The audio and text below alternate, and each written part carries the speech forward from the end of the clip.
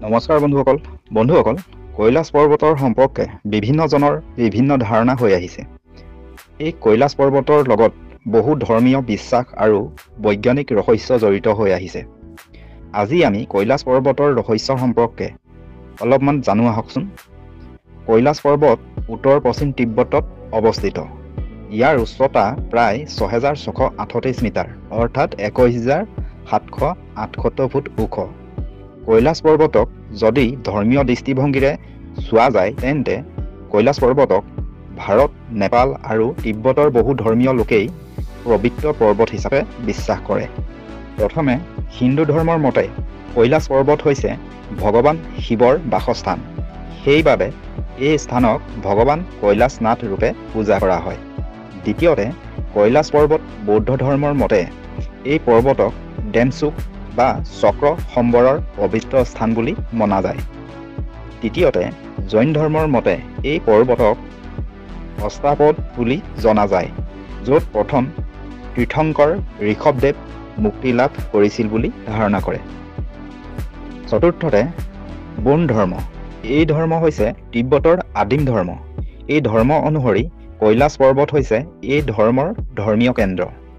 যদি বৈজ্ঞানিক আৰু গৱেষণামূলক দৃষ্টিভংগীৰে চোৱা যায় তেন্তে ১ নম্বৰতে গণিতৰ দৃষ্টিৰে অবিশ্বাস্য স্থাংকৰ। কৈলাশ পৰ্বতক যদি মানচিত্ৰত চোৱা যায় তেন্তে এই কৈলাশ পৰ্বতটো পৃথিৱীৰ বহু পবিত্ৰ স্থানৰ কেন্দ্ৰবিন্দু বুলি দেখিবলৈ পোৱা যায়, বিশেষকৈ গীৰ্জাৰ পিৰামিড, চাংঘাই চেক পইণ্ট, হালেইকৈ আদি। দ্বিতীয়তে কৈলাশ পৰ্বত হৈছে পিৰামিড আকৃতিৰ দৰে।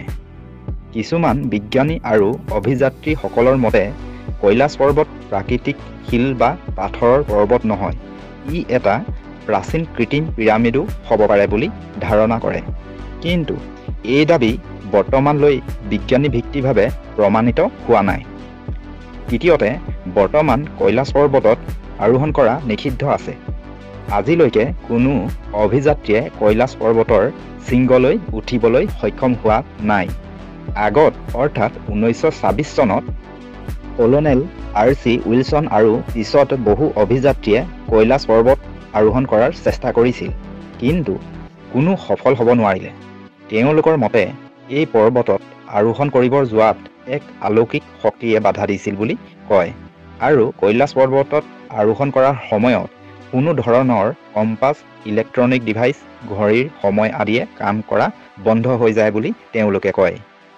চতুৰ্থতে দ্বিচক্ৰীয় বা পৰিক্ৰমা। কৈলাশ পৰ্বতৰ কাষেৰে হিন্দু আৰু বৌদ্ধসকল ৫২ কিলোমিটাৰ দূৰত্ব পৰিক্ৰমা কৰে। সেই সময়ত বহু যাত্ৰীয়ে কয় যে এই পৰিক্ৰমাৰ সময়ত এক অলৌকিক অনুভূতি হয়। এতিয়া জানি থওক যে বিজ্ঞানীসকলৰ মতে কৈলাশ পৰ্বতৰ গৱেষণাত কেনেধৰণৰ তথ্য পোৱা গৈছে। ১ নম্বৰতে জিঅ'লজিকেল বা ভৌগোলিক গৱেষণা অনুসৰি কয় যে কৈলাশ পৰ্বত প্ৰাকৃতিকভাৱে ব্লেক ৰক ক্ৰিষ্টেল বা গ্ৰেনাইটেৰে গঠিত, আৰু বিজ্ঞানীসকলে কয় যে কৈলাশ পৰ্বত প্ৰাকৃতিকভাৱে নিৰ্মিত যদিও আকৃতি অলপ অদ্ভুত বা আশ্চৰ্যকৰ। ২ নম্বৰতে ইলেক্ট্ৰমেগনেটিক বা চুম্বকীয় শক্তি। কিছুমান বিজ্ঞানী আৰু অভিযাত্ৰীৰ মতে কৈলাশ পৰ্বতত কম্পাছ, ইলেক্ট্ৰনিক ডিভাইচবোৰ অচল হৈ পৰে বা কাম নকৰে। ইয়াৰ পৰা ধাৰণা হয় যে কৈলাশ পৰ্বতত এক অদ্ভুত শক্তি বা চুম্বকীয় ক্ষেত্ৰ আছে। ৩ নম্বৰতে কিছুমান পৰ্যটকে কয় কৈলাশ পৰ্বতৰ কাষত সময়ৰ অনুভৱ বেলেগ ধৰণৰ হয়, আৰু আন কিছুমান লোকে বিভিন্ন অলৌকিক অনুভৱৰ কথা বৰ্ণনা কৰে।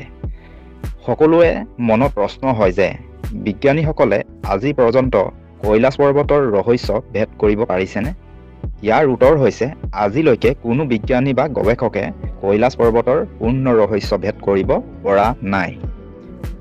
এই পৰ্বত বিজ্ঞান আৰু ধৰ্মৰ সংযোগস্থল হিচাপে ধৰি চীন চৰকাৰে ১৯৮০ চনৰ পৰা কৈলাশ পৰ্বতৰ সম্পৰ্কে অভিযান বা গৱেষণা কৰা নিষেধাজ্ঞা আৰোপ কৰিছে।